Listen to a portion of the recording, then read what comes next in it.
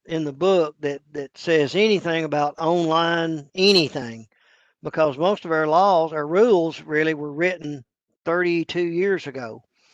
There was no such thing as online and things like that. So we are going to try to figure out what kind of language we need to use for that. I actually did see a question that just popped up about liability. Yes, and Mr. Rice, I have talked with our attorney about that. There are certain things that it's been deemed legal to teach and talk about, such as uh, direct pressure to control bleeding, carefully moving someone's head where they can breathe. If something is falling on their head and keeping them from breathing, instead of standing there watching them smother to death from a minor injury just because something fell on them and they've got them, in a bad spot.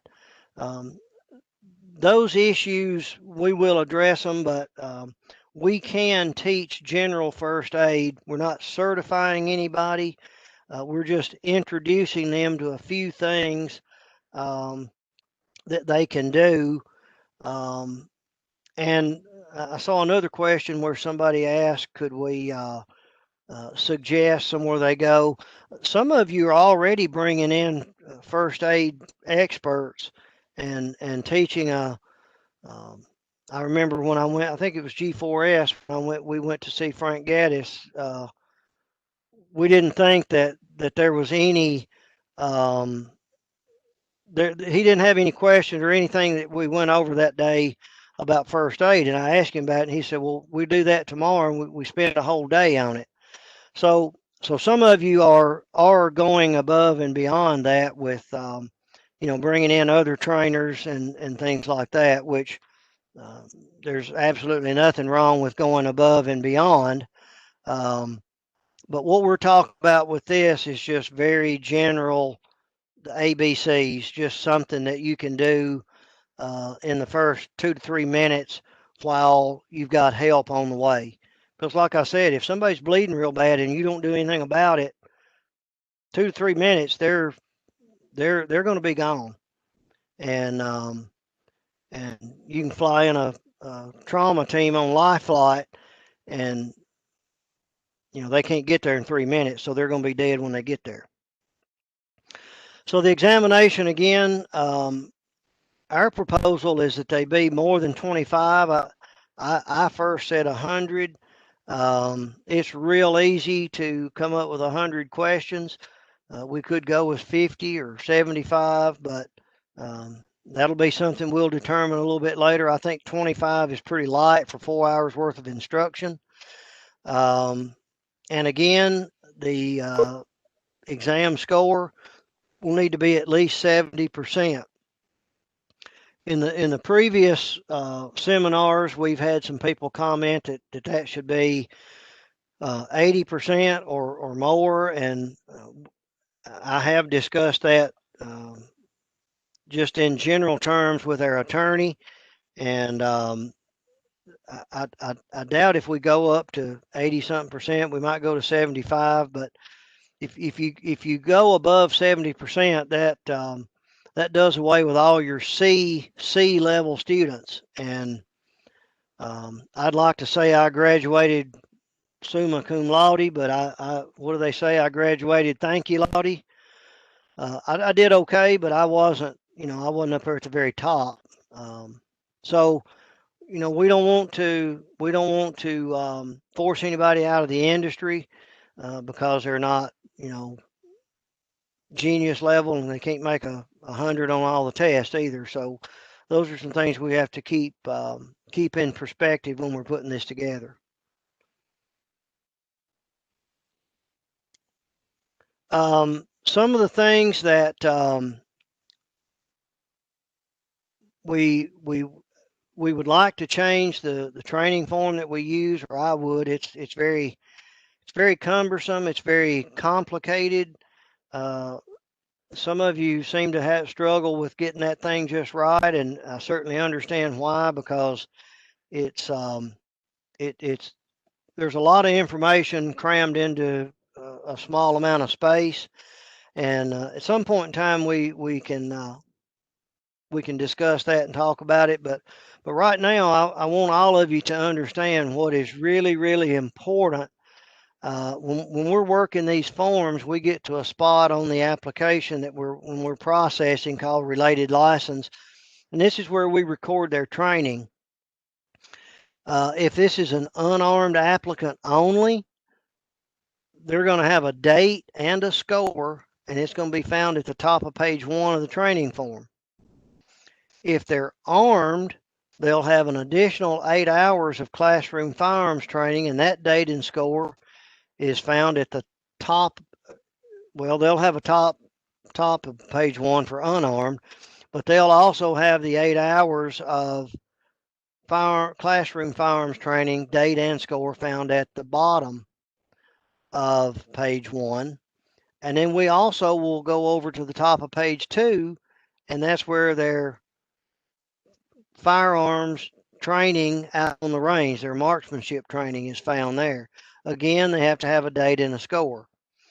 If it's an armed renewal, that date and score is found twice at the bottom left and right of page 2. And here is the actual view of what that training form looks like. And I've cropped this to where it's just the top part of page 1. So if it's an unarmed guard, this is the only thing that we're going to be looking for. You see right here, it says 4 hours of general training. And you see here, there's a place for the date and a place here for the score. The other information here is mostly for the trainer, the certified trainer, contact information. If something is not right, we need to be able to get in touch with you. I prefer to call. Sometimes we will send an email, but I usually try to call. Most times if you get a telephone call from me, it's something that, we need to take care of real quick. I certainly try not to call and bother anybody. Sometimes we get to talking about old times, and that's fun too, but I try not to spend too much time with you, because I know your time is valuable. And my supervisor over here fusses if I spend too much time on the phone. So at any rate, that's what you're going to fill out. Tim, I saw your question pop up there. I'll hold that thought in mind, and remind me if I don't cover it here in a few minutes.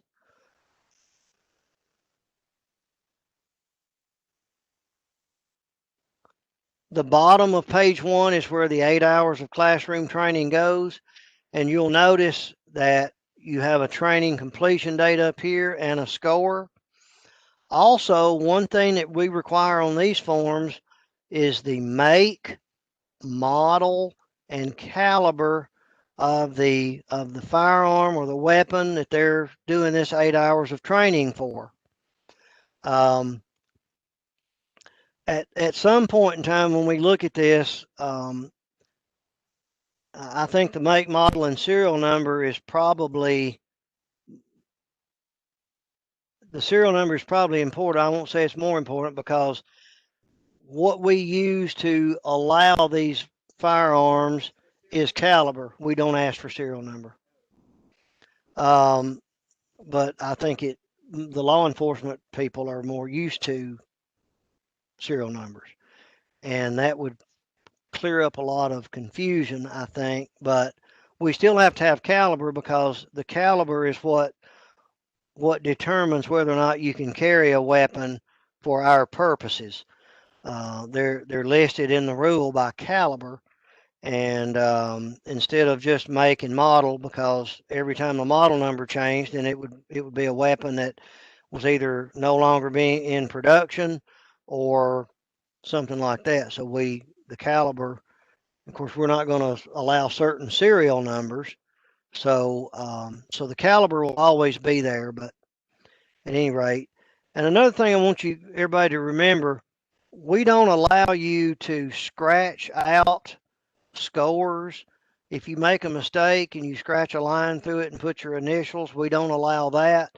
That's an internal policy that we have here that I guess we could say that's a kind of a Cody rule.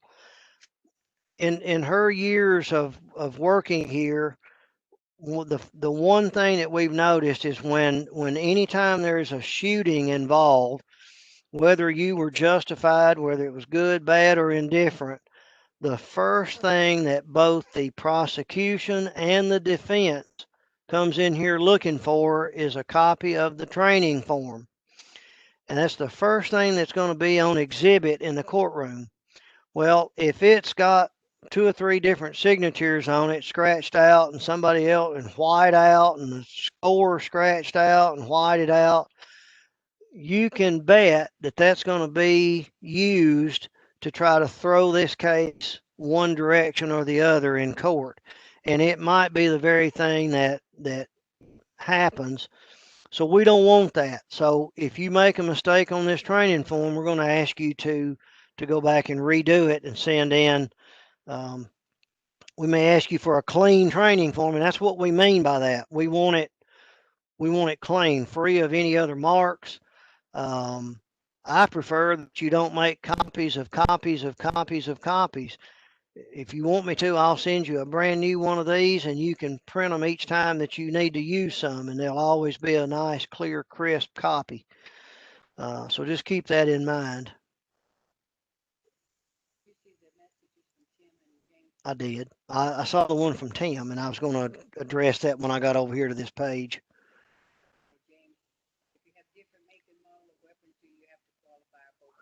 Okay. Okay, guys, those are good questions. Tim asked a question about how we're going to continue to keep up with firearms, and until we change this form, we're not going to do anything different. And then the question about the question about the difference in the make and model. If you're an armed guard and you've got 2 different guns that you think you might want to carry when you're working as an armed guard, you must qualify with both of them every 2 years when you do your renewal. If you use one gun during the training and then 6 months later you get a new gun for Christmas and you want to, and it is the right caliber, and you want to carry that for Cody laughed at me. I like getting guns for Christmas and birthday and holiday, any holiday. But so basically, any firearm that you want to carry on duty when you're acting as a security guard, working for a contract security company, which is the only way you can serve as an armed guard, you must have qualified with that firearm within the last 2 years, from between the time that you got your license or your registration and that point, you've got to qualify with it.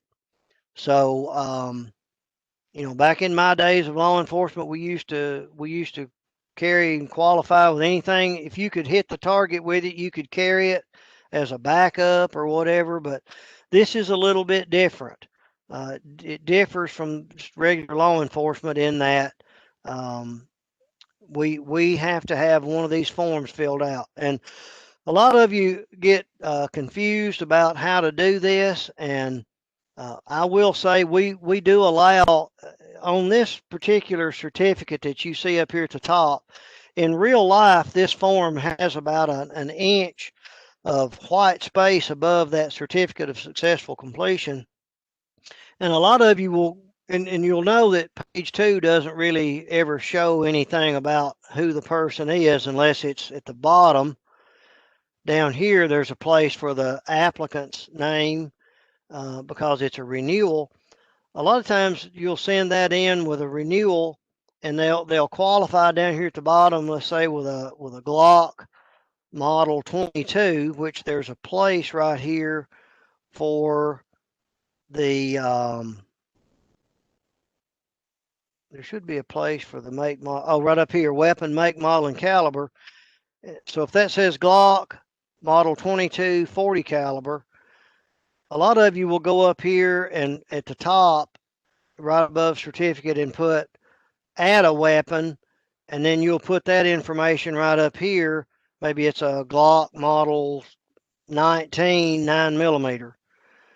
But this little box right here tells you what you're supposed to do if you change weapons or if it's an additional weapon. So they must complete this block for every new gun. So technically, every weapon that they use should have a page with this part filled out. And if it's and a lot of you just go up here at the top and write additional weapon or add a weapon. I would sort of like to see that added to the form at some point when we get to that level. And we could just have a checkbox that says additional weapon, and then that would cover that. But for now, we're still using this form, and it's like I said, it's a busy form. It's got a lot of stuff on it. Now, somebody asked a question about the Adobe, a fillable form. One thing that we will ask you, we'll actually tell you, do not alter this form to where it says or doesn't say what it's supposed to say. I was kind of fussing about it one day, and I told Cody, I said, well, you can't, page 2 doesn't stand alone by itself. You can't tell who this is. Well, the very next one I looked at, it had a blank up there, and it had the person's name. Said it had the name of the guard up there. Well, I went and looked at the original form, and that's not on there. So somebody had altered that form, and that is a criminal offense to alter a state form. So please don't do that. It's just not worth it. But we realize that this form could use some change, and we're considering doing that while we're going through all this training change. But if it's a fillable form, that's okay as long as you don't change the original form and it still says what it's supposed to say and all that kind of stuff. And some of you do use that, and some of you are using electronic signatures, which is now legal to do because we've had to make those changes. That's a sign of the times, and a sign of a rule that's been sitting there for 32 years untouched, and the times have moved out from around it. So, was there another question?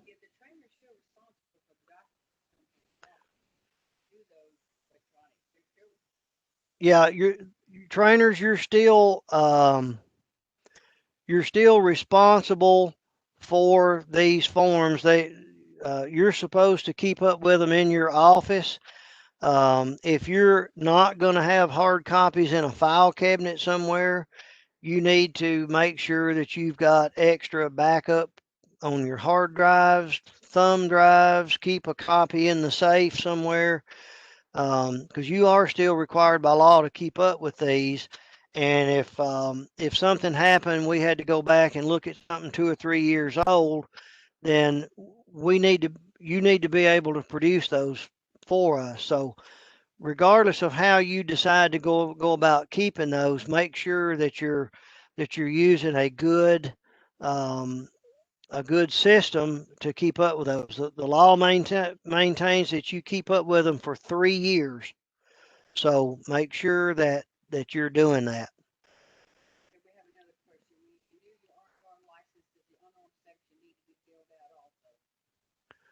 When you renew the Armed Guard?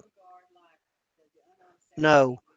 So if you'll look here for the armed renewal, which is what I've got up on the screen right now, it says complete additional forms for multiple weapons or change of weapons, but it's got a place here for the guard's last, first, and middle name, their registration number, which is what we were talking about a while ago. That's what everybody's calling their license number. It'll be a 6-digit number, and it has a place for their social security number right here as well.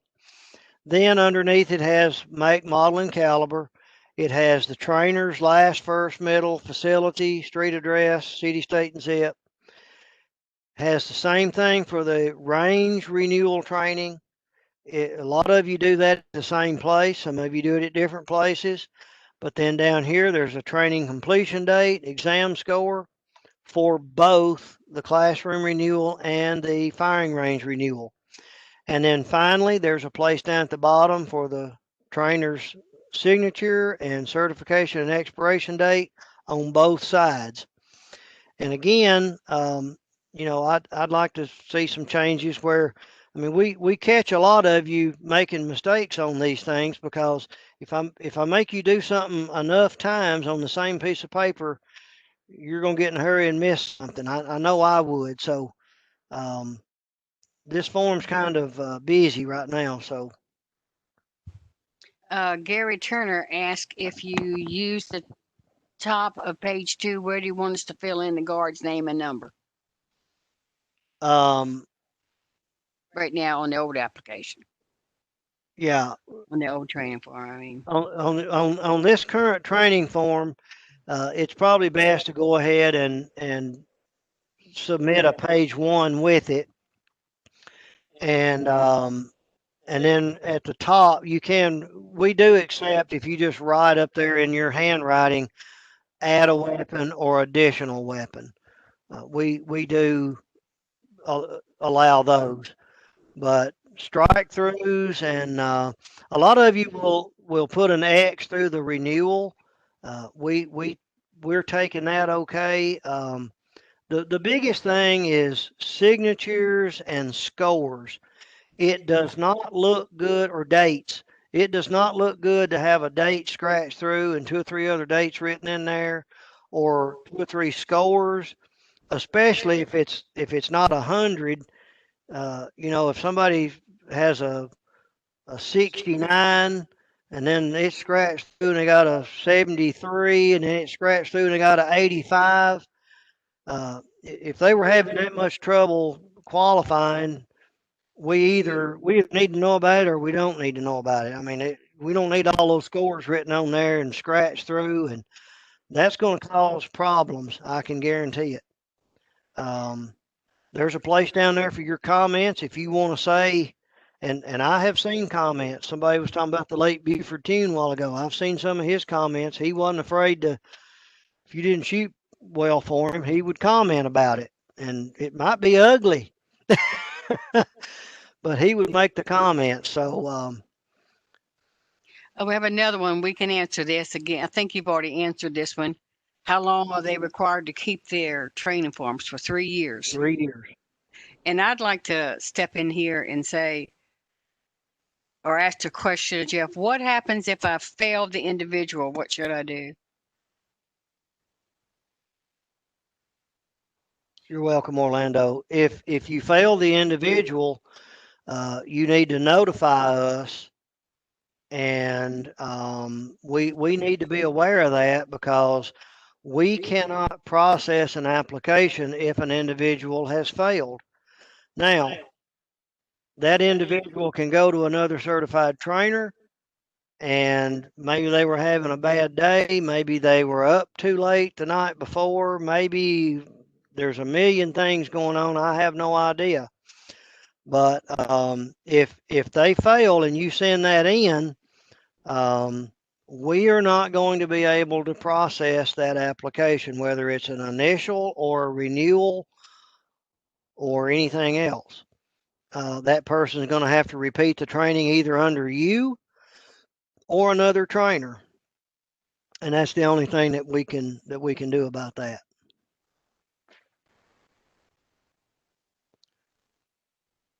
I saw your question, Orlando, and I'll tell you what I'm going to recommend here. I'm going to recommend that nobody applies for anything until you've finished everything, because I have to sit in here and work these applications, and every time I get one that's not complete, then I can't finish it. It causes me to do extra steps. It causes me to have to let it sit in my box, and I have to go back and check on it every 2 or 3 days or every week. So basically, I recommend that a person go get their fingerprints done, get their training, and then when they've got all that together, because the application requires a picture, fingerprint receipt, and training. And if they can't put all three of those things on there, we can't process their application. And then in addition to that, if they have court issues, if they have background issues, maybe they've been arrested before, and every arrest requires some kind of explanation unless it's been expunged, and then it doesn't show up, and we don't know to ask about it anyway at that point. But all that stuff needs to be sent in with the original application. The biggest reason we can't process applications is they're incomplete. There's something missing, and we can't make stuff up. So it has to be there, and we have to put it on there. So that's my recommendation for when you teach a class and all these people are eager to get working. They need to make sure they put their telephone number, their email address. You'd be surprised how many applications we get in here, and there's no telephone or email address on it, and they've left half the stuff out. So then the only thing we can do then is to send them a letter, and it takes a week to 10 days to send a letter to Memphis for the people to receive them, if not longer. Then if they send something back by mail, there's another week to 10 days. So we're soon looking at a month, and we hadn't even touched their application because they left something out to begin with. So and I think that's something that certified trainers need to mention during the training class. They're not going to get it from anybody else. So, you're kind of a one-stop shop on that. There's another question? How long do they need to wait to retake the class if they fail? There's nothing in the law or the statute dealing with that. They could go the next day and start all over. But if they fail, they are going to have to start all over, either with a new trainer or, in my biology teaching days, I've had the same poor soul twice, in my biology class. It didn't bother me any, but they might not have liked it. They probably didn't like it the first time or the second time around, but they either need to go get another trainer or get you to train them again. We had one the other day that sent in a form and it said they failed. They passed the written part of the renewal, the classroom part of the renewal, but they failed the other part. And somebody asked me about that, and I said, well, the guy may have turned around and pointed the gun at the instructor. I can tell you, if I see the muzzle of your gun and I'm your instructor, you probably ain't gonna make it, because I don't like that end of the gun. So so there's no time frame, but they do have to retake it. Is there another question? Okay, the training form is good for a year. If somebody asked that question, so if you go through armed training and you go through the whole 16 hours, or if you just go through unarmed training and that's all you want to do is be unarmed, that training is good for 1 year. And there's a section in the statute, a couple of different places, that says in the year prior to making the application. So that's where that's the part of the language that gives us the leeway to let that training is good for 1 year. Once it's over a year old, they have to repeat the training. Okay. Fingerprints, while we're on that, we sort of have another internal policy there. We allow the fingerprint information to be no older than 6 months. So the training, they've got a year, but when they get those fingerprints processed, if they wait over 6 months, we're going to make them do that again. And that's an internal policy that we have. So 6 months on the fingerprints, 1 year on the training.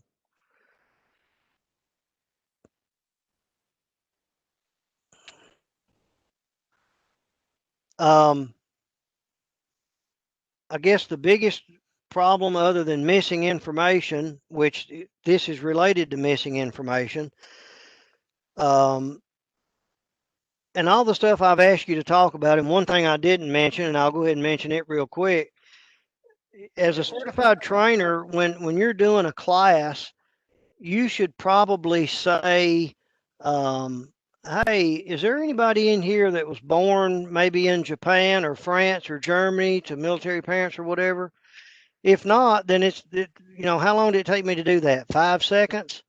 But if there is somebody, you're going to say, well, if you meet that criteria, and you say that you're a U.S. citizen, you can't be a U.S. citizen and be born in Germany unless there's some extra paperwork. We get that all the time. I was born in France. I was born in Germany. I was born in Japan, but I'm a U.S. citizen. Well, in that case, you're going to have a certificate of birth abroad that's going to explain how you are a U.S. citizen living or being born in somewhere outside of the United States. So just things like that that you can mention can help that applicant out. But again, the biggest problems that we see, some of you are still using paper applications.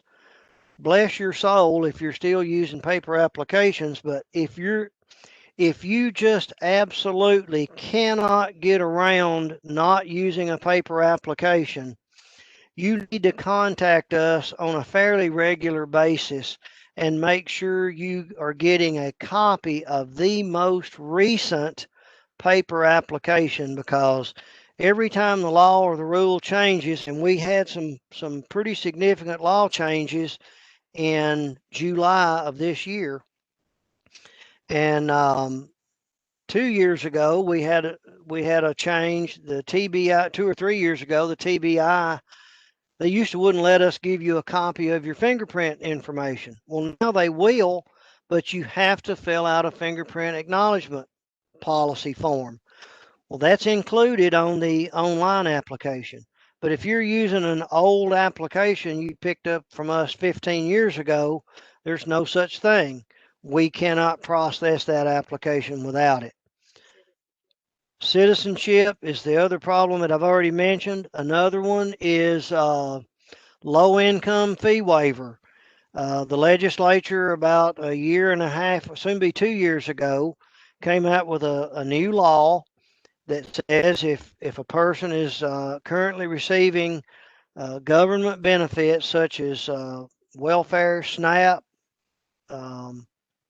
food, which is what used to be called food stamps, TennCare, those kind of things, if they're receiving those kind of benefits, they can apply for a fee waiver. And if that's not on the application, we cannot process it. We just had a big deal with that back in July and had a bunch of applications that we had to struggle with for quite some time, got us way behind. So the best thing to do is, though, again, I apologize to those of you that have been having trouble. I think Frank Gaddis wakes up in the middle of the night having nightmares about CORE right now because they've been having some trouble going online and trying to get people an application filled out. We are aware that we have some problems. We got some new software. We rolled out a whole new software version in was it August or September? And it has not been perfect. I'll leave it at that. And but we're working every day to fix that. And one day it's fixed, and the next day it's not as fixed as it was. So again, I'm not a computer programmer, so I don't understand a lot of that stuff. There was another question. What if they use the Glock 22 40 caliber, change the barrel to a Glock 31 or Glock 17? Same frame, same different back. I would put a note. I'd put a note on that with that application or on that page. I hate to tell you to write all over that page, but we probably need a note. The question was if somebody, because I know I've got two Glock 22s, and I can buy a 357 SIG barrel and drop it in there and use the same magazines, everything the same, and shoot a 357 SIG cartridge, which is legal. So if I tell somebody I've got a Glock 22 and 357 SIG, if you're a big Glock fan, you're going to go, no, you don't. So I would document that, send us something so that we can know that and we can put it in the note.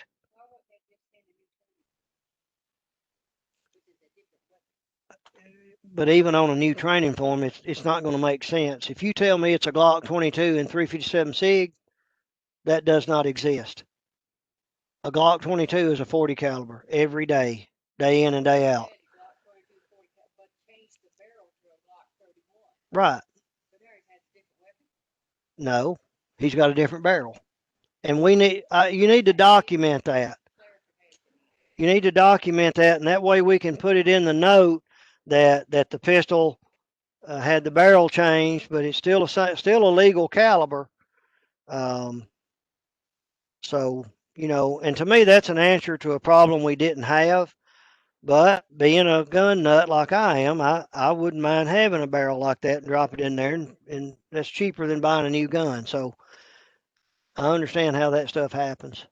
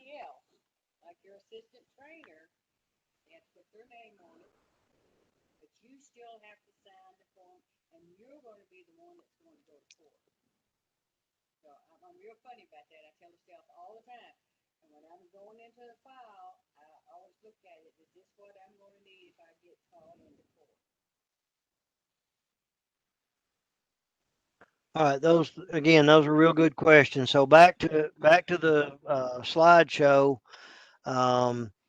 Please try to Got that. to do this online. That'll help us a lot. Well, right. you can probably tell them if they don't do it online, the paper applications do not get done processed first. They can't hear me. Yeah, they can.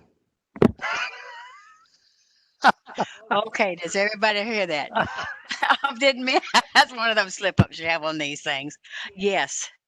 You send it in a paper application, my staff is working those last. Because they have to, the ones that come online come straight to them, come straight into their boxes. They work them right then. A paper one has to come into the mail.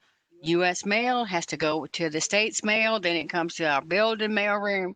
They have to separate it. The money's pulled out. The money's posted. All the information has to be scanned, and then we get it. You are causing a very big delay if you're sending in paper applications. And I'm doing my best to see if we cannot get rid. I was trying to think of another word other than rid of paper applications. There are several states that will not allow you to even mail in an application. You have to do it online. And that is what I'm afraid the future is actually going to be. So now I am going to be muted. Yeah, Cody's in here, but I don't have a long stick to reach over there with, and if I did, she'd probably take it away from me and use it on me. So, but at any rate, so back to the PowerPoint here. one thing I want all of you to be familiar with, and don't worry, we're not going to go over this entire PowerPoint presentation. We're going to go over as much of it as you need me to, but so just want to point out that all the state laws that govern private protective services is under the Tennessee Code Annotated, Title 62, Chapter 35. And there's 142 sections total, and some of those deal specifically with contract security companies. There's a couple of them that deal with proprietary security organizations. Some deal with certified trainers. Some deal with training requirements and things like that. So in order to get to them, you can go online and get to them. And you can get to them from, if you go to our website, if you go to tn.gov and go to the Reg Board's specific website, you can hunt and peck until you finally find out how to get there. There's a link right here, and if I send you all the presentation, you'll have that. And then down at the bottom is another link that's very complicated, but I have these bookmarked on my computer, so it's real easy for me. I just go up to the top, go into my browser, and hit Tennessee Code Annotated, and I go right to it, and you can access the laws and you can read them. And you need to be familiar with exactly what they say, and always know that if the law doesn't say something, that doesn't mean that it's legal. A lot of times we want to interpret things by, we read something and say, well, it doesn't say anything about rifles, so I guess I can carry one. No, that's not the case, and I'll get to more about that later. When we get there, I'll be reminded of it. But if you want to go online and get to the laws, you can find them there. This slide just tells which ones sort of pertain to security officers. Security companies are there in the middle. PSOs have a couple that talk about them specifically. Certified trainers, 126 creates the certified trainer and tells what the requirements are to be a certified trainer. And then section 140 talks about the continuing education that's required to be a certified trainer. And I have more to say about that I'll get to a reminder. Here's a couple that basically other government agencies are not supposed to impose additional fees. So if a person wants to be an armed or unarmed security guard, they can get their registration from us.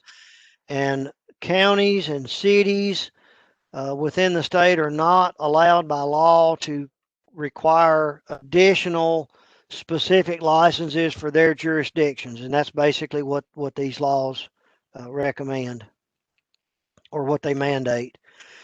The next several slides just tells you what the names of the laws are. I've got some notes in here that I've put in there in red. My notes are in red. So as I look through here, the first one that pops up is something about a sworn peace officer. Those things are covered in that particular statute that I have to look at every now and then. On the next page, I have a lot of people ask me, well, what is a law that I could have been charged with, or a law I could have broken years ago that will disqualify me from getting a guard registration now?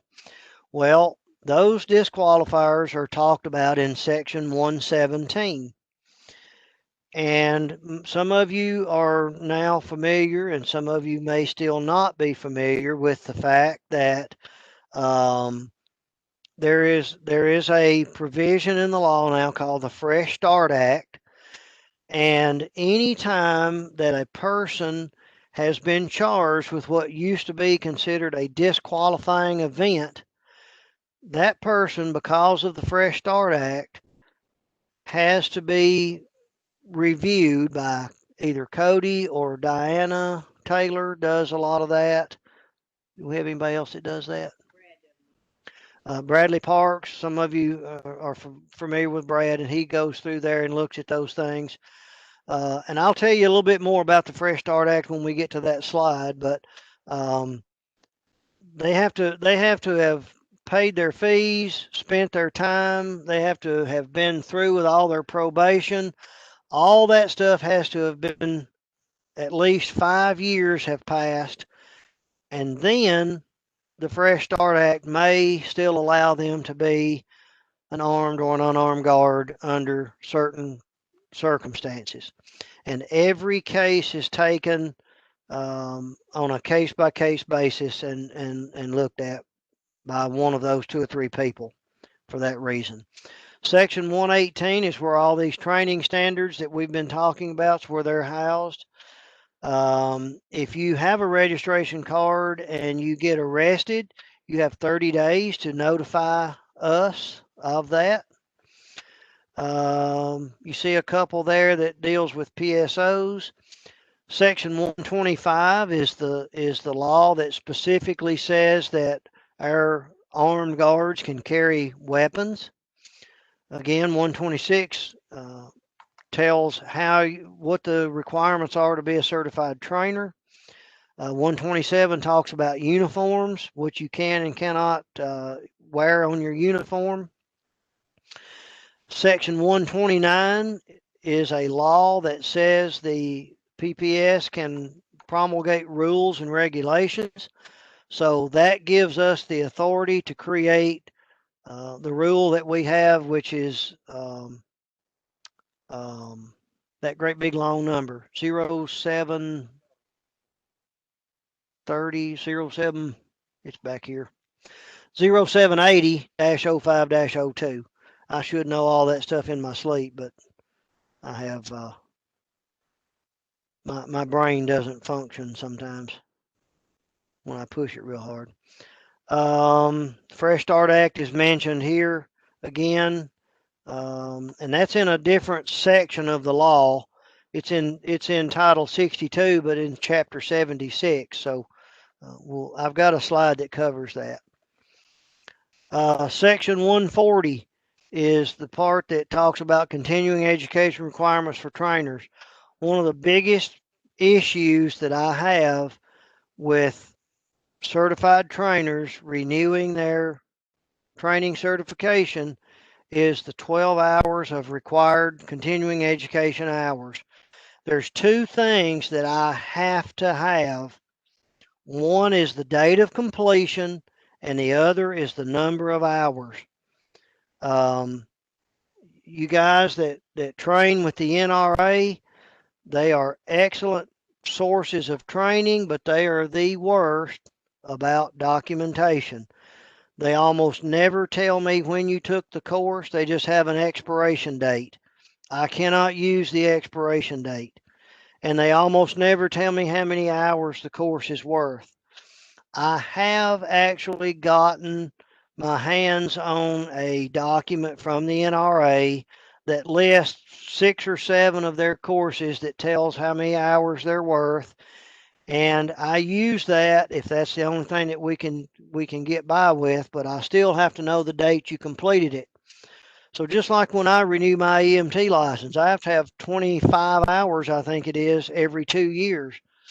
I wouldn't think about turning in something that didn't have the date I finished it and the number of hours that's on it, because somebody sits there and adds those up, and if they don't add up to the right amount, then you don't qualify. So keep that in mind. As I said, the license or the statute 129 gives us the authority to have the rule, and the rule is 0780-0502. The next set of slides, and I'm not going to go over each one of them unless somebody has a particular question about a law, but it goes over all the different sections of the statute. And I missed that question. Laura or Shauna, did you catch that question? Cody was working on her book over here, so there.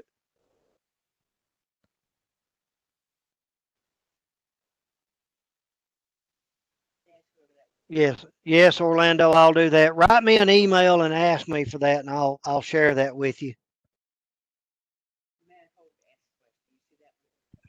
Did you get the question, Jeff? Is it from Matt Holt? Yes. Okay, what is the question, Cody?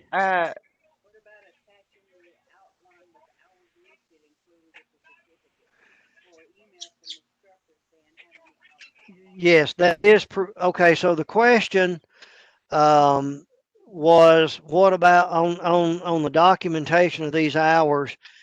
If you do something with the NRA, your NRA training counselor can create you a special certificate.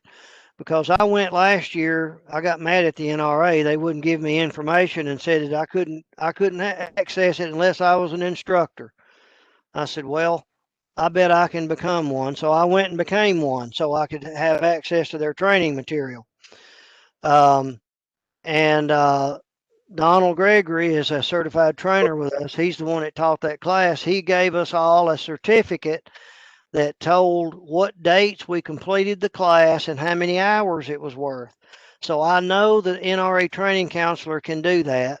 Another thing that you can do if you have a schedule of the courses that says that we're going to have this seminar down here at Vanderbilt on October the 4th and 5th from 8 to 4:30 both days, then I can use that to document the hours and the date of completion. So anything like that, if they won't print you a certificate that says it, Red Cross is another one. They'll make you supervisor of any kind of compressions and mouth to mouth resuscitation, everything, but they don't tell how many hours or when the date the class was done usually.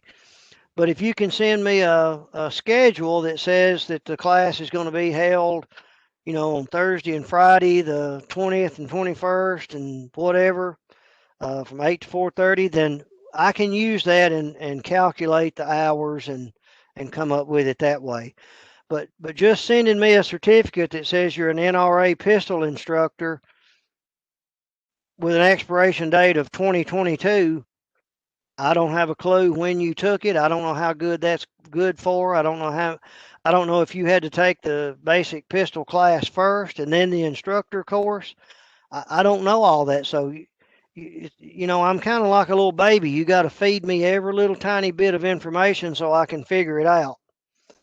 Hopefully I won't act like a baby, but you just got to kind of think of it that way. Kind of like Cody was saying a while ago, you sort of have to put yourself in my shoes. I got to put a date and a set of hours in a box. And if it's not obvious, I'm not going to make it up because, my job could be in jeopardy if I did that. So I have to know that. Another question? Okay. Toby, I have a rumor that you are online. Would you like to chime in for a few minutes? Yeah, hey, thanks, Jeff. Everybody, my name is Toby Compton. I'm the Assistant Commissioner for the Department of Commerce and Insurance. And so this particular program area falls under me. And just want to say hello. I appreciate you guys all tuning in. It's an important industry. I'll share some numbers that maybe Cody shared earlier or not. But of our licensees in this particular program area, unarmed guards make up 22,299 individuals. Armed, we have 12,738 individuals. Certified trainers, such as you guys, there's 371 statewide, and there are 425 security companies that are registered with us. So, and just sharing those numbers very quickly, you can tell there's a lot of people who are employed in this. That's a wonderful thing. We want to be a very pro-business state, and we want to offer an array of job opportunities to our citizens. And so thank you all for your part of this industry, and thank you for what you do to keep us safe and well out here, particularly in these strange times that we face. Anytime the department can be of assistance to you, please reach out. Cody does a great job. Jeff does a great job. They have a great team under them. So I've always noted that they're very attentive to you guys and are there to help and be a resource. But also just so you know, our department regulates a lot of different things, a lot of different types of industries. If you're unfamiliar with the verify.tn.gov app, I would encourage you to look that up online. There you could look and see if you're doing something to your house, if your contractor's licensed.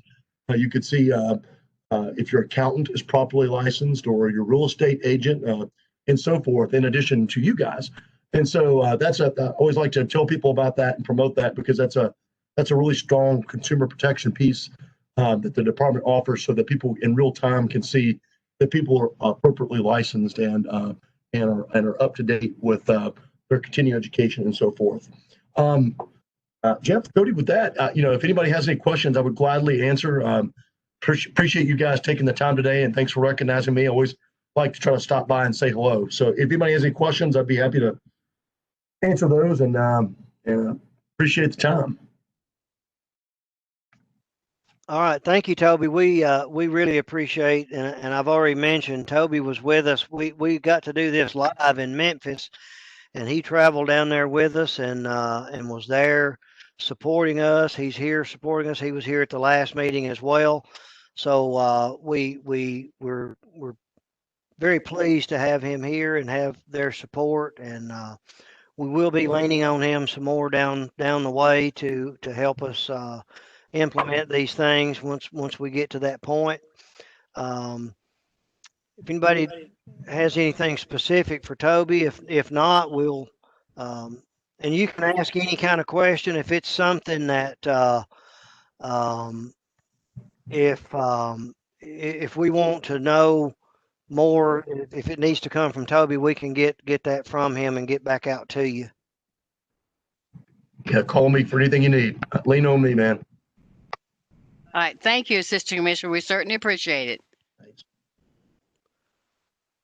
All right. So going back to the PowerPoint, one thing I want to point out here, and like I said, I'm not going to go through every one of these slides unless you have a question about a particular law. I can flip to it real quick.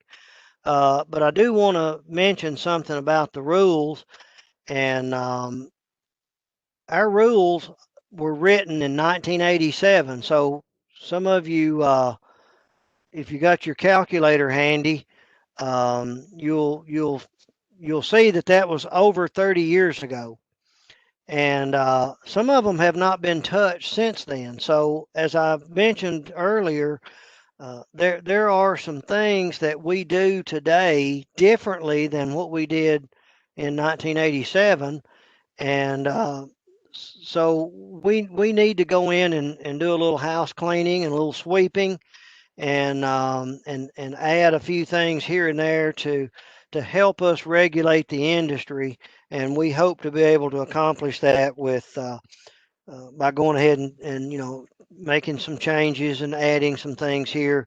Nothing big and drastic, just some terminology so that we can clarify some things and things like that. One thing I would encourage all of you to look at 102. It's the chapter definitions. It tells you what an armed security guard is, an unarmed guard, a certified trainer. I had somebody call in one day and wanted to know if they could get their armed guard license and just go out here and be a freelance armed guard. And the answer to that is no, you cannot do that. The only way that you can serve as an armed guard, making money in doing so, is that you have to work for a contract security company, or a PSO. So I can't just be Jeff Winfrey, armed guard, and go. I've got to work for G4S or Walden, or I've got to come up with my own. I could have my own contract security company, I could go over and work for Terry Chandler. He has his, but I can't just go out and offer myself for you to hire me as an armed guard. I have to work for a contract security company in order to do that. So you can sometimes read these definitions and come up with those kinds of answers. So let's see. So I'm going to skip through here. And does anybody have any questions about a particular law? What it says, when it says it, or anything like that?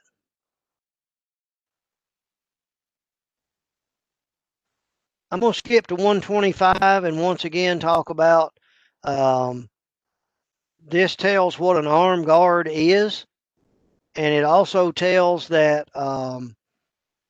you got to go to the rule to find out what kind of weapons you can carry, and the rule is 0780-05-02-.15. That's where we get the authorized weapons.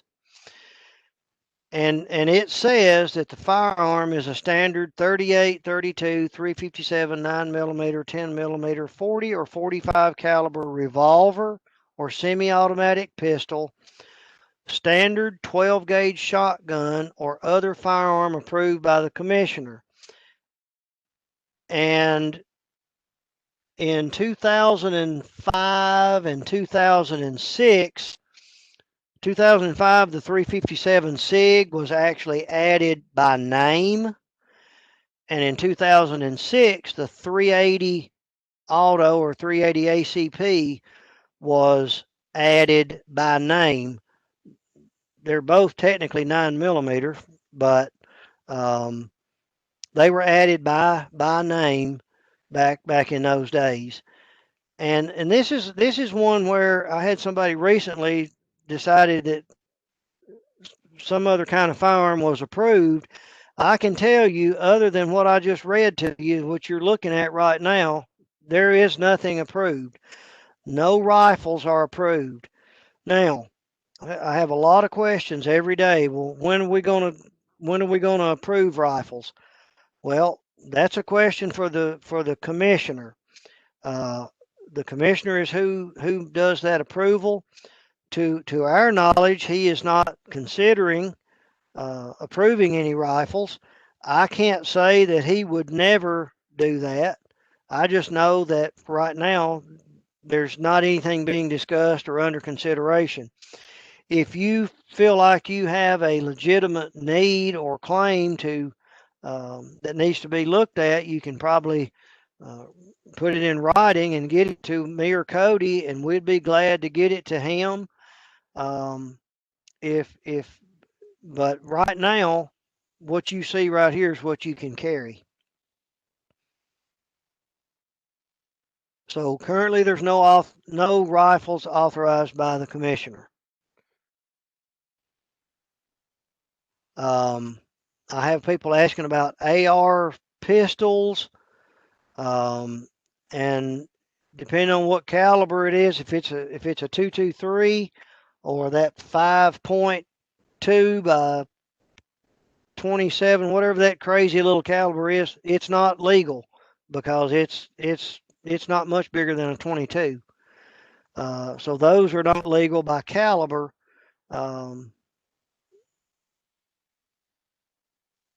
All right, so any other questions?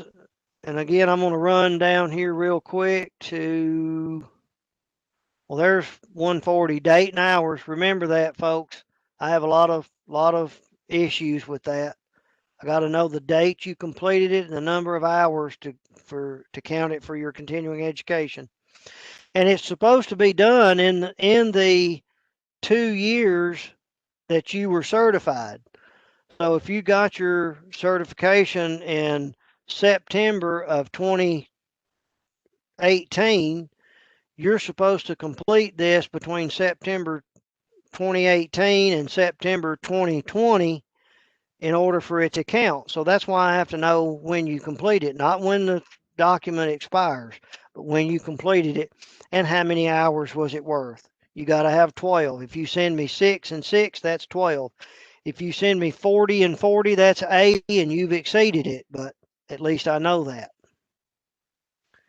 And then finally, when it comes to the rule, I just want to show you, I want to show you the specific rule. Now you'll see the very first section, .01 here, the purpose of the rule. And you'll notice it says original rule filed November 17th, 1987, effective January 1st, 1988. And nobody has touched that one since then. Now, another example, if we go over here and look at .25,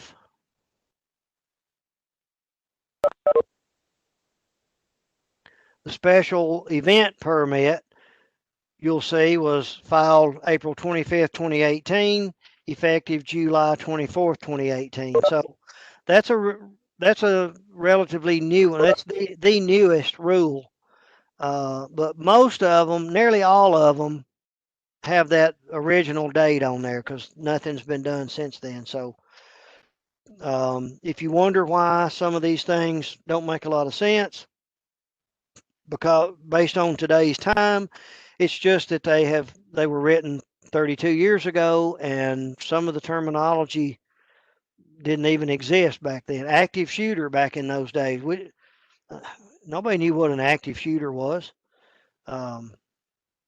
Things like that, they just those terms didn't exist. Anybody have any question about any particular rule?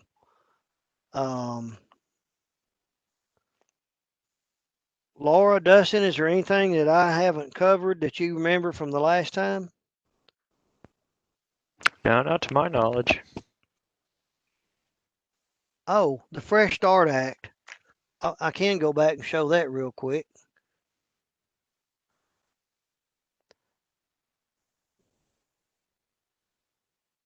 I actually have the slides numbered, and that makes it real handy.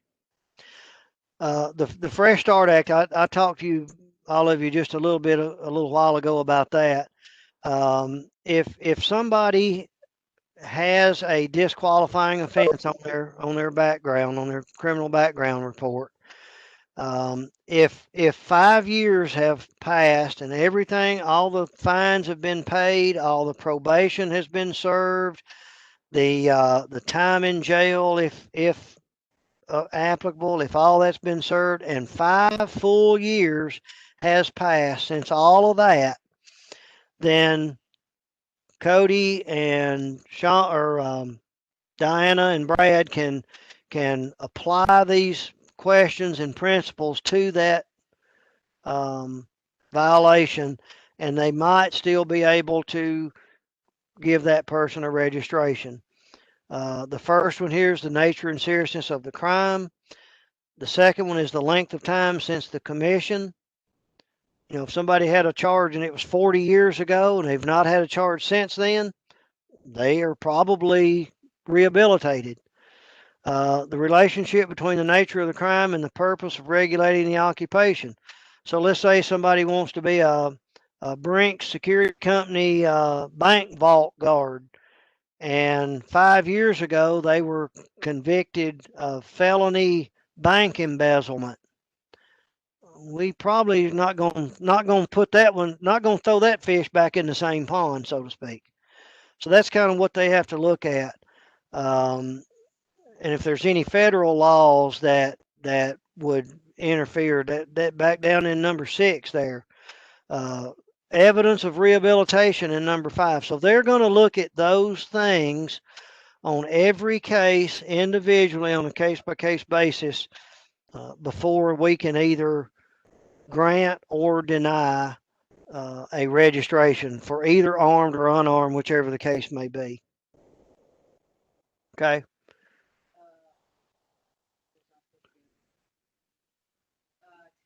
Kim wants to know, will PPS ever put the weapon of the armed officer registry? Will you ever put the name of the weapon on the card that they Okay, a question just came out. Will we ever put the name of the weapon that the person is qualified with? I think somebody asked that in the last seminar, and while we're not considering doing that, if your question is, can that be done? I think, yeah, yeah, it can be done, but every time they decide to change their weapon, their card would have to change, and it would, I mean, it would cost them $25 to do that. They can get new cards now anytime they want one. They're $25 a piece, unless we made a mistake, maybe retype their name wrong or something like that. But that's not something that we're considering right now. But it's, if somebody felt strongly enough about it and proposes it, and the reasons behind it, then we'll take a look at it.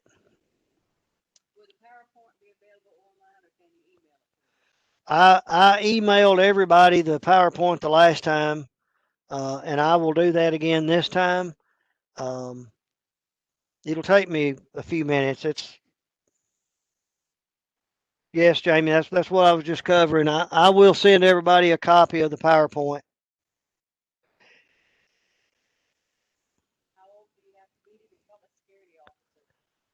Okay, good question. 18 to be unarmed, 21 to be armed, and that has not changed, and it's not. We would not consider or entertain a proposal to change that.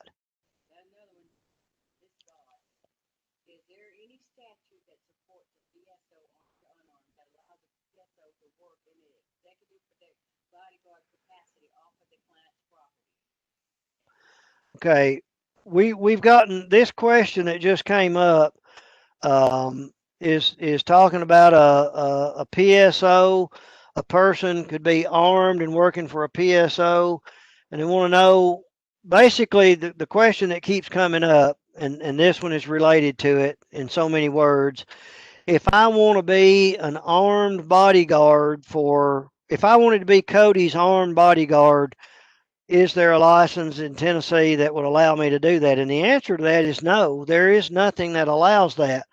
If you're going to be an armed security guard, whether you're working for a contract security company or a PSO, you're only allowed to work on that client's private property, and you're there to protect their assets and people that might come and go on that property. Once you leave their property, you're no longer, your authority ends. I talked about in the beginning, where does your authority come from to be an armed guard versus law enforcement? Well, if you're a law enforcement for the state of Tennessee, then as long as you're anywhere within the political boundaries of Tennessee, then you can be justified to be there with your badge and your gun and enforcing the laws that you're empowered to enforce. But when you're an armed security guard, whether you're for a contract security company or a PSO, you're going to be working on a client's private property versus public property, and you're going to be there to protect the assets and the people that's associated with that property. Once you leave that property, you're really not even supposed to carry that gun unless you have a handgun carry permit, because you're supposed to be carrying that gun on your job. Now, I think we do allow you to travel back and forth with it for that purpose, but that's about it. Yeah, and breaks and lunch and things like that.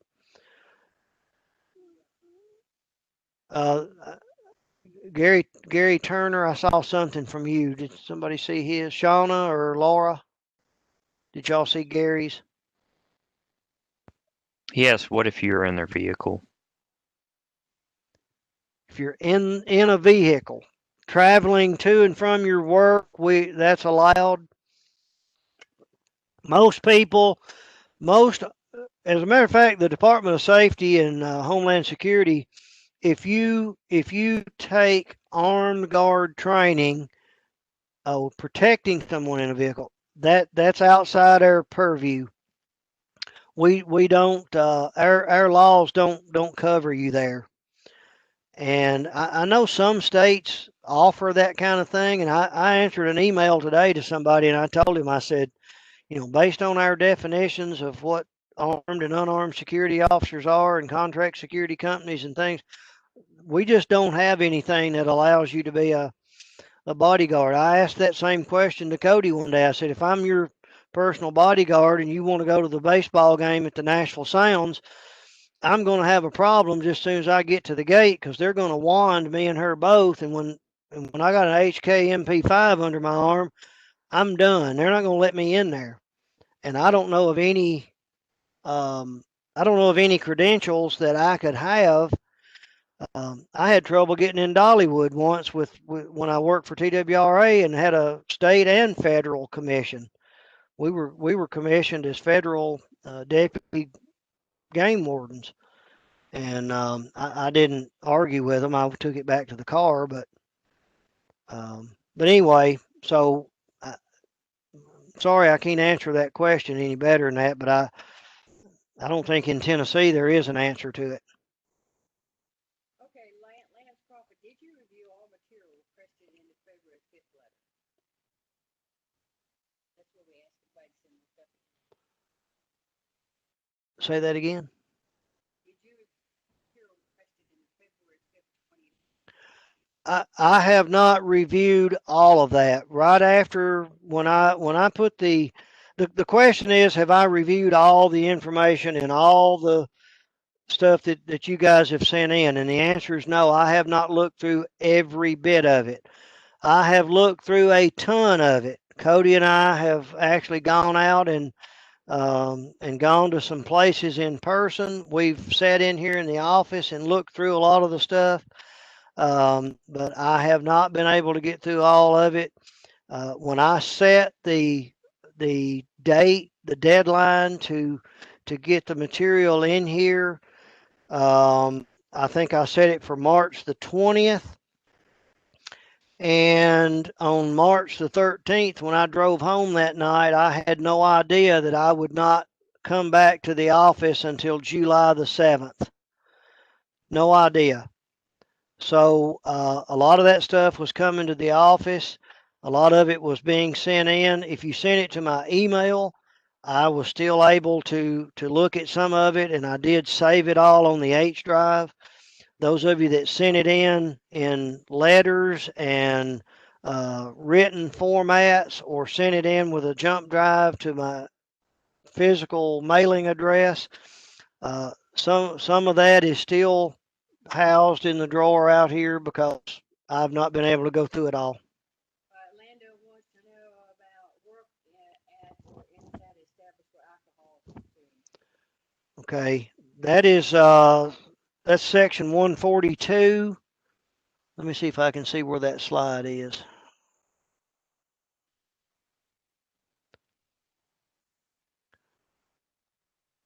Okay, section 142 talks about that. You can work security, either armed or unarmed, in a place that serves alcohol. There are special things that place has to do. I think they have to let us know how many. Let me see. They have to fill out something here.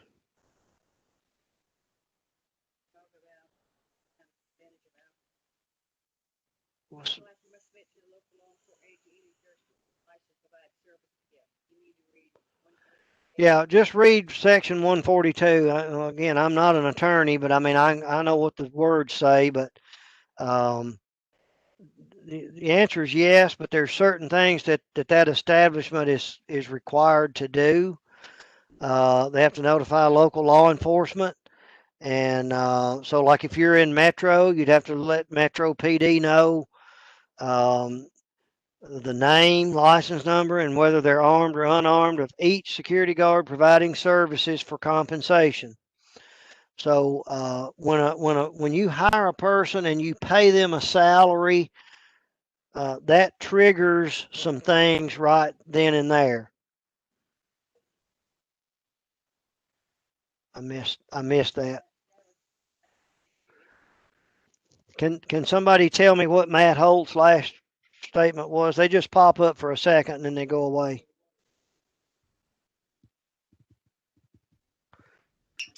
Yes, Jeff, he wants to know if the guards are not protected in a client's vehicle, how are current armored trucks, and armed guards protected under the current statute?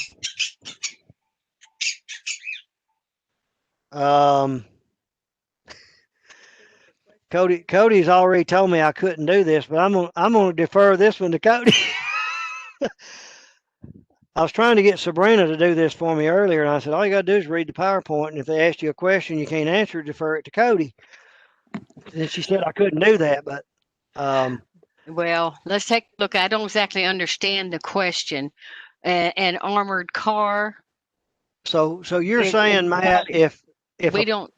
if a person is working for, say, Brink Security, and they're an armored guard, and they're protecting whatever Brinks is protecting, which is probably a bank's money, they're protecting it in that vehicle. So that is private property that belongs to Brinks and the bank. So the contract security company is Brinks, and they're protecting the client's assets, which is a big pile of money, which is in the back of that vehicle. So specifically, what is your question regarding that? I mean, they're He wants to covered. know. Yeah, he wants to know how he's covered in his personal automobile going back and forth from work. I would think it'd be his automobile insurance. So was that your question, Matt? How are you protected in your personal automobile? No. Okay. That wasn't it. Okay. Well, I can't see what he's. So again, you're saying that you're riding in the back of the Brinks truck and you're protecting First National Bank's money. Who are you asking? Who has the liability if something happens to you, or if you do something? Obviously, if you do something wrong outside of policy, it'll probably land in your lap. But I think you're going to be covered. The contract security company has insurance requirements, and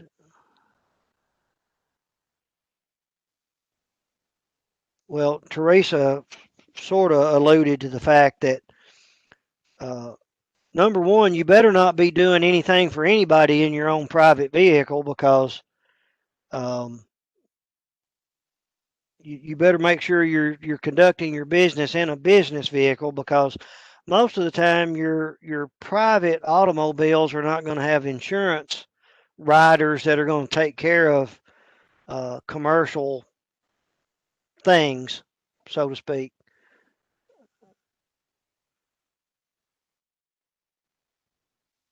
So, but I've had that question asked before by a security guard that's telling me that his company is making him drive his own car that might be going around in a parking lot at a building complex or apartment complex. And we always tell these individuals that they should be in a company car.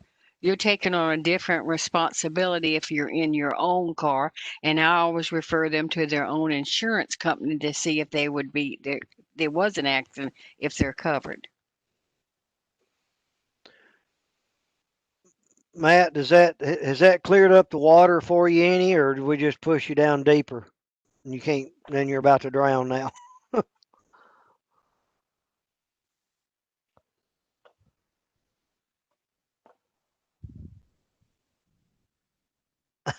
Okay. Yeah, you can't be using your own private vehicle. I know I used to be a volunteer fireman, and if you're running up down the road with lights and sirens on your private vehicle, If you don't pay about quadruple insurance rates, chances are you're going to be in trouble if you run over somebody or wreck your car while you're responding to something, uh, because that's going to be above and beyond what you would normally be doing with your car. And even the laws talk about security vehicles and how they're supposed to be.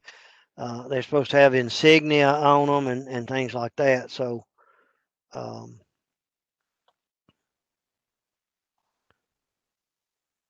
there any other questions that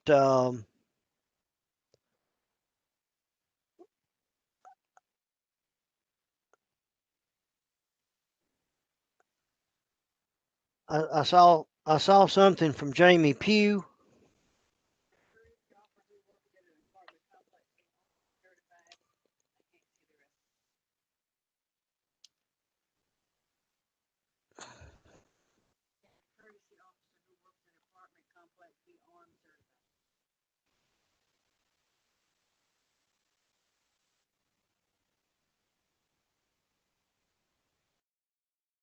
My my computer's trying to die.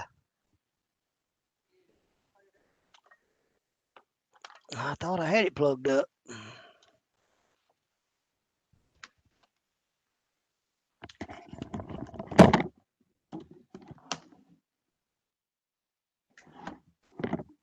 Yeah, hold on just a minute, folks. We're plugging this computer up here. Okay. Sorry, I had my computer plugged into a power strip, and I think the power strip is on vacation or something. So I'm good now. What question are we on? Let me see if I can find it again. Can a courtesy officer who works at an apartment complex be certified armed?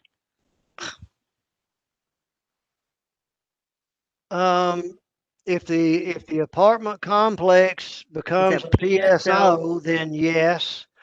And if the apartment complex hires a contract security company to protect their assets, then that company can hire the armed guard and send them there to work.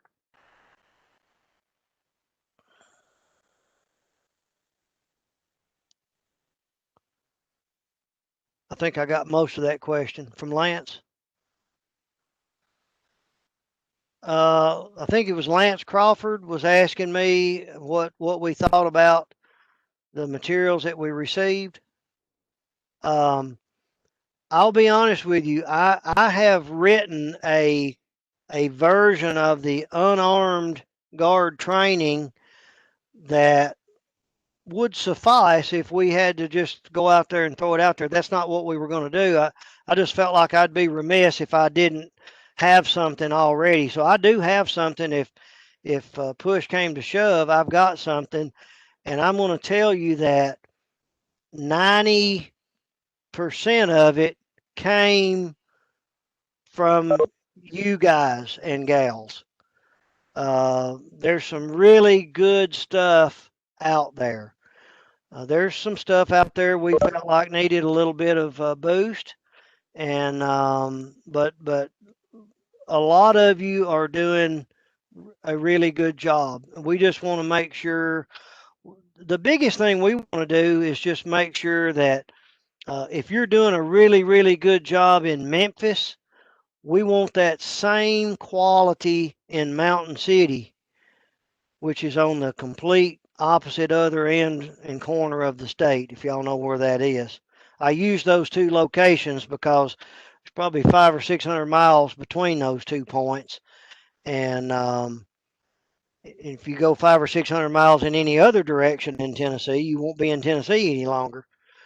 So, but for the most part, yes, we were impressed with a lot of the stuff that, well, and I'll just be honest with you. If you didn't get anything back from us, we're either happy with it or we hadn't had a chance to look at it, one or the other.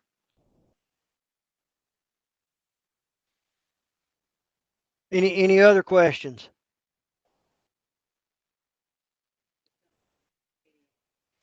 Okay, so our next step, now that we've finished pitching this idea to everyone, and I've told Cody that, I've been talking about this since I came on, which is, kind of why I came on. I've been talking to you, some of you more than others, but individually, about what we wanted to do here, and I have not had one person yet to say anything negative about what we're trying to do. So I'm of the assumption that most all of you are on board with making some changes and doing this. So I'm interested in your comments one way or the other. But the next step that we would like to do is to now create a committee. I don't really know exactly how we're going to do that or how many we're going to have on it, but I do know that we want to have some from each of the 3 grand divisions of the state. And, I've got one person here in Middle Tennessee that has done a tremendous amount of work with the online version. He converted his unarmed stuff to online. A year ago, we were not really allowing that, but we have sort of got forced into it this year with all the COVID things. We've had to do a lot of things different, and I think it is very doable. So I probably ask him to help on some of that. Jamie, that's a real good question. His question was, are we going to continue to do these kinds of updates with trainers? I I think it would be wonderful if we could do something like this every year. And with the WebEx thing, where we're not going to be traveling all over the state, it's very possible. We're now getting Microsoft Teams added to our computers. We're supposed to be able to communicate that way. I was in a training meeting with that the other day, and I think there was something about 20,000 people can be on a meeting at one time. So with that being said, I think that we should be able to do this kind of stuff at least once a year. Um, and if we had everybody in the state on at one time, and now that we've done this a time or two, I don't know why we couldn't do everybody in the state at the same time. We do have a time change in Tennessee, so everybody in East Tennessee's got to figure out what time to get on to meet the rest of us, or vice versa. But I think we'll be able to do something, and I would like to do that because, you know, you are our face out there, our eyes and ears out across the state, and we should be talking to each other on a fairly regular basis to make sure that, if you're having issues with something, we need to know about it. If we're having issues with something, you need to know about it. So together we can, collaborate, and we can work together to make the program even better. Orlando, another thing is, he says here, I think 100 questions per unarmed might be a bit excessive. Okay, and that's just a discussion that we're going to have. So, oh, I'm sorry. There was another question or a comment. One of the trainers said they thought 100 questions for unarmed was a bit excessive. And it might be that we have 100 questions and we pick out 50 of them on 2 different tests or something. But there's easily 100 questions that can come from there.